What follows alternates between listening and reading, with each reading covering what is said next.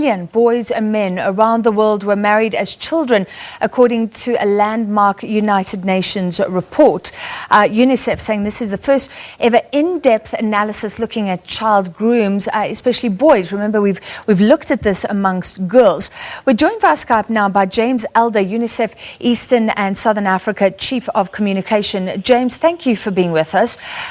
First question, why were we focusing so much on girls when more than 100 million boys were involved? It's incredible. Well, I think we're right. The focus on girls has been the right one. I mean, we are still talking around about 700 million girls. You know, as we speak, you and I, in the next minute, 22 girls will be married as children. Nonetheless, it is staggering to know that there's so many boys who are also having their childhood ended abruptly. They're losing that basic right to be a child. Invariably, they'll be pulled out of school. Invariably, they'll lose all the economic opportunities that come with finishing school. And invariably, they'll end up being a father when they're still a child. So, yeah, it's staggering to see so many boys being grooms. Yeah. And I guess often you picture the young girls being married to older men.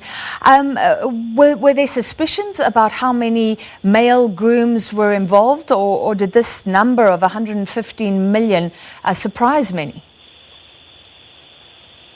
Yeah, it does. It does. I mean, it's worldwide. But yes, and it seems that invariably these boys are marrying girls even younger than them. So you're sort of, perpetuating both boys and girls being married.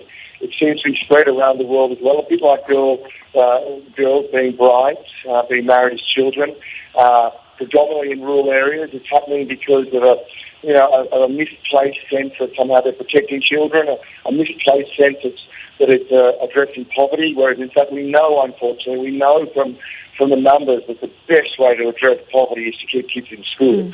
Every year you keep a child in secondary school, you can increase their future income by around 10%. A year.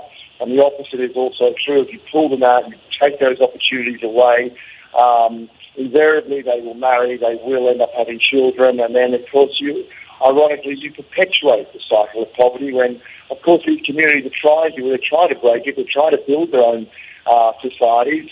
Unfortunately, child marriage does the opposite. Yeah.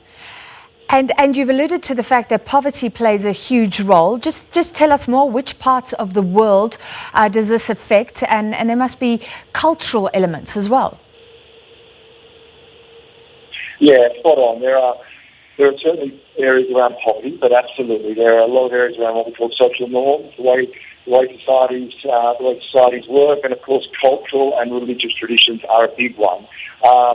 And it's kind of everywhere. The biggest countries we saw was Central African Republic, and then jump across to Nicaragua. But I also know in this part of the world, in Eastern and Southern Africa, Ethiopia has, I think, around 4 or 5% of its of those boys will ultimately marry when they're still children. So it is happening around the world, and it does have, wherever it is, it has those same problems. It will perpetuate a cycle of poverty, and just at the end of the day, too, you're talking about kids and that idea that we'd like kids to have a chance to be children. We'd like them to reach their full potential. And they can only do that when they're given a chance to actually grow, finish school, become young adults, go into adulthood, get a decent job, become active members of their society, and then, of course, look to marry and start a family. If you don't do that, when you have kids having kids, unfortunately you do just accentuate the problems that so many communities are already facing. Yeah, and you've said that it often means cutting education, especially for the girls. Is it a little bit easier for the boys? Can they try and finish schooling and work? They're not the ones getting pregnant, I guess. Well, exactly, spot on. So when you look at the girls, the risks for girls are enormous. So they're pulled out of school. Invariably, they'll fall pregnant as adolescents, which brings huge risk to the child being born, and grave risk, including the risk of death for the mum. Now, the boys, obviously, they don't have those health issues, but invariably we do find through this report that they are being pulled out of school because suddenly they are the head of a household.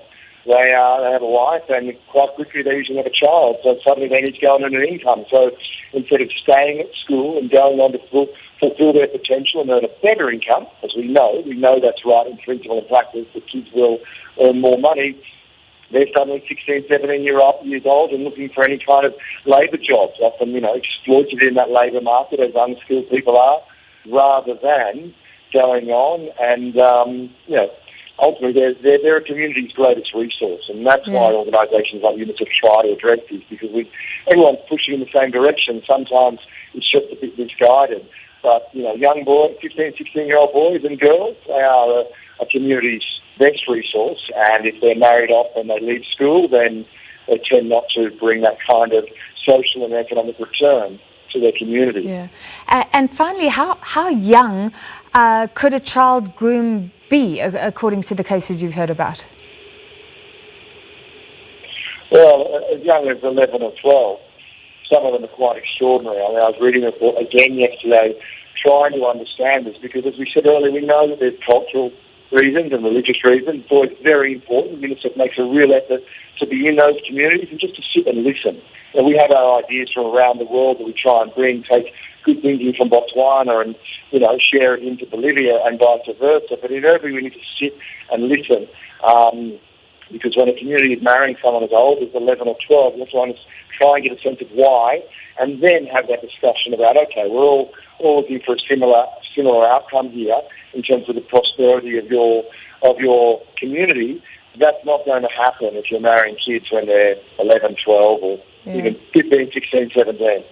All right, thank you so much, James Elder, UNICEF Eastern and Southern Africa Chief of Communication, speaking to us from Nairobi.